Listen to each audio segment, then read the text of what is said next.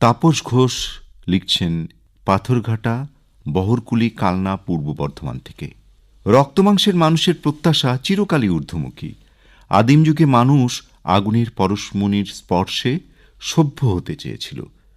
অসভ্যতার তকমা বর্জন করে শিক্ষায়, সংস্কৃতিতে, চিন্তায়, চেতনায় আপন ভাগ্য জয় করার অধিকার অর্জন করেছে।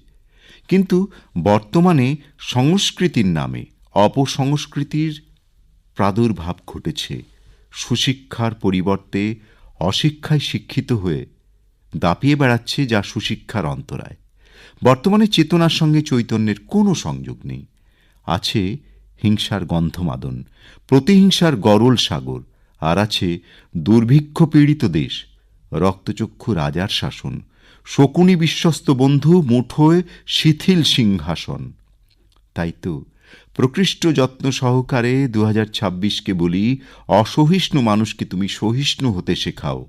কারণ বনচারী মানুষের মধ্যে শিক্ষা ছিল না, কিন্তু তাদের মধ্যে সহিষ্ণুতার অভাব ঘটেনি কোনোদিনও। সে কারণে সহজে সংঘবদ্ধ হয়েছিল তারা। আজ পারস্পরিক হৃদ্যতা, সহমর্মিতা ও সাহচর্যের অভাবে শান্তি সুখের নীড়ে অশান্তির বাতাবরণ।